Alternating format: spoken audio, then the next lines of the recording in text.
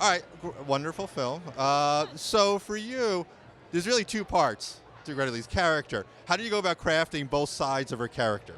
Well, I think that, the truth is that to always embrace the contradiction of it. Because I think that this is something that is beyond the culture and the language. It is actually so universal, this feeling of who we were when you were 12 and then who we are now. And I think that there is always a bit of it where it's like, well, you're the same as, you and I are not 12 anymore.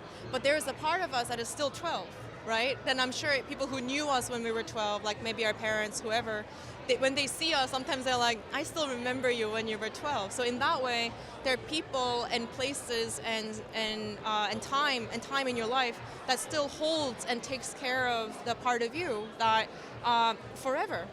So in that way, I think that that's the contradiction of, yes, we are of course no longer 12, it's obvious, but also there isn't a really special thing that when you're with someone who knew you and loves you when you were 12, in some ways you're still 12. So what a funny contradiction. And I think that's really at the heart of how to put together the two parts, right? How did you track directing the two different actors playing your two different characters?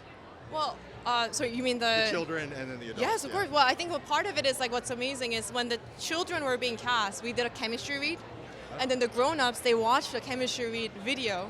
And then some of their chemistry, we were wanting to build it around the childlike chemistry. So it's not like a flirting or something like that happens between adults. Sometimes it's just like it works because they're still behaving like children with each other. And that's actually the story that they have. It's not just that they're not suddenly like, oh, we're having a really adult romance. And like, no. This romance was stopped and therefore left in that corner in the streets of Seoul. And that's where the romance lived. And even as adults, that's still where the romance lives. So I think that in that way, that's really what it was, yeah. One of my favorite parts is both men love one side of her, and they can't reach the other.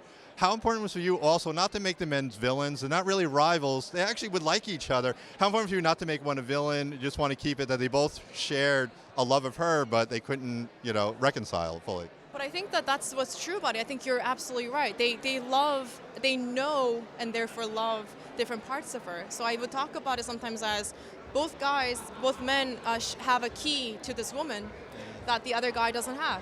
And in fact, in that moment, John Cale's song comes out and starts playing when it's just Haesung and Arthur, the two men sitting there. And the song is "You Know More Than I Know," right? So to them, they both hold on to this woman's. They both hold a key to this woman that the other guy doesn't have. And instead of trying to fight each other and wrestle each other for the other guy's key or be like, get out of here, your key's not real, what they're doing is they're saying it's like, actually, when we're both here and when we're both able to coexist for her, only then can she be fully unlocked. And only then can she be loved fully. And actually, because that's the really amazing reason for us to be good to each other and be adults with each other and not, get into a Our last question is, the ending is so emotional. Of course, she's been holding back her emotions, and we have the Uber ride, the whole tension. How is it directing Greta in that final scene where she finally breaks down emotionally? Well, I think that some of it has to be about the holding on to it. She's been holding on to it for weeks. She's been holding on to that emotion for weeks, which is a feeling of like, well, because this whole film is about that final goodbye. Right? The final goodbye is like, it's beyond saying goodbye to Haesung, who's a grown-up. It's also saying goodbye to the part of herself that's 12, that she never got to say goodbye to. She gets to have a goodbye that she never got to have.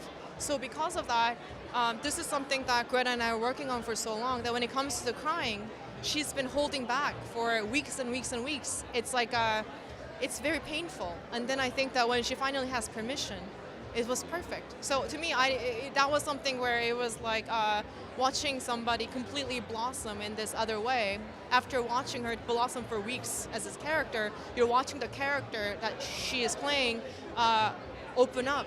And then suddenly there is a complete openness that you see in that scene. And I think that really is about her holding on. And part of the reason why she's holding on is because she was trying to take care of both Haesung and Arthur. She's trying to take care of the men. She doesn't want this to be something that is awful. So part of it is that she's not going to make it be about her crying. It's only when she's alone that she's actually she's then going to allow herself to let go and get to grieve the 12-year-old girl that she left behind in Korea.